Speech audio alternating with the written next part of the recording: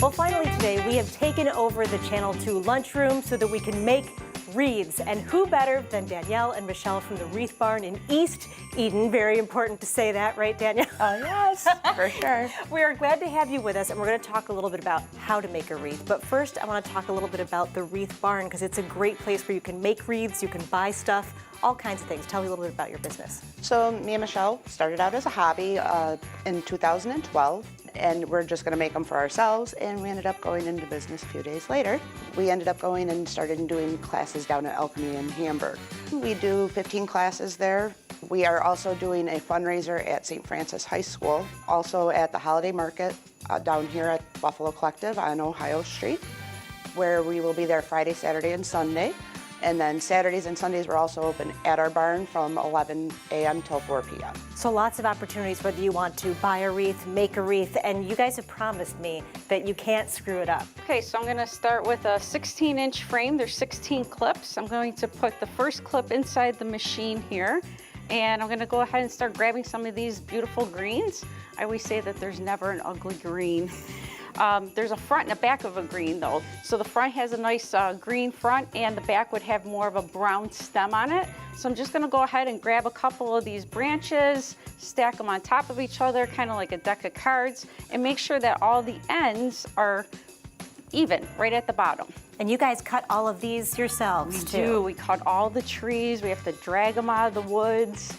Then we have to cut all the branches, and then we have to cut them down the sides. They're about 8 to 10 inches.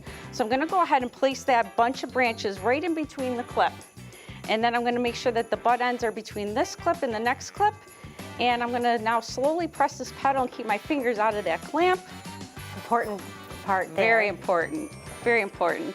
And voila, That's it's done. It's done, and then you go on to the next one. Now, once you create these, how long do they last typically? Or is there any way to keep them fresher longer, or they just kind of enjoy them while you can? Well, it depends on the year. Yeah. This year was extremely dry over the summer, so you may see a few more needles than you have in the past. There's other years that we've literally had them stay out until April. Temperature outside makes a big difference, and big thing is they want to be outside, so they don't want to be sitting inside because you have no humidity in your house, especially Right. during Buffalo winters. It's really dry, so you want to put them on your outermost door, and that means on the outside of your storm door, because they want the moisture, they want the cold. If it's dry and inside and it's hot, they're gonna dry out just like everything else. We also tell people to make sure that it's on that outside of the storm door, because you have a greenhouse effect between the glass. And just like a tree, it's not done until you decorate it, so you can add a little flair to your wreath once you're done. Absolutely. That's the funnest part, is decorating the wreaths, in my opinion. I absolutely love, love, love doing it. So what we have here is an 8-loop bow that we make ourselves. We use a machine at home to make those, so those are nice and consistent. We have some wire on here where we just take and twist it on the back to hold it on, so if you want to, you can always take it off at the end of the season and reuse it, or keep it for the next year's wreath. So then it just hold on there with the wire.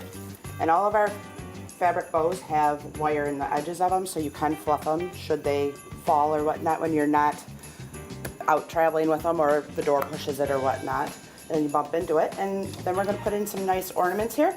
We got some footballs for the Buffalo Bills, of course. Yeah, I got a good Bills theme going here. Absolutely. Bills colors. So we take in the hot glue, dip it in, and you hold it for about 3 to 5 seconds into the green so it holds and adheres. Look out, here it comes. There you go, Kate. Super fun. Can't do it wrong.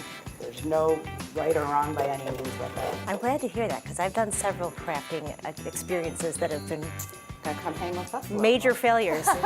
Well, this has been the best afternoon and so much fun. Before we go, I want to make sure everybody knows where is the best place to find you, to find out what's going on with you guys. The best place to find us is on Facebook, and you can find us at The Wreath Barn, and all of our contact information is right there. All right, well, thank you so much, and thanks everybody for joining us for today. That's it for today's Most Buffalo. I'm Kate Welshofer. Be well, stay well. We'll see you next time.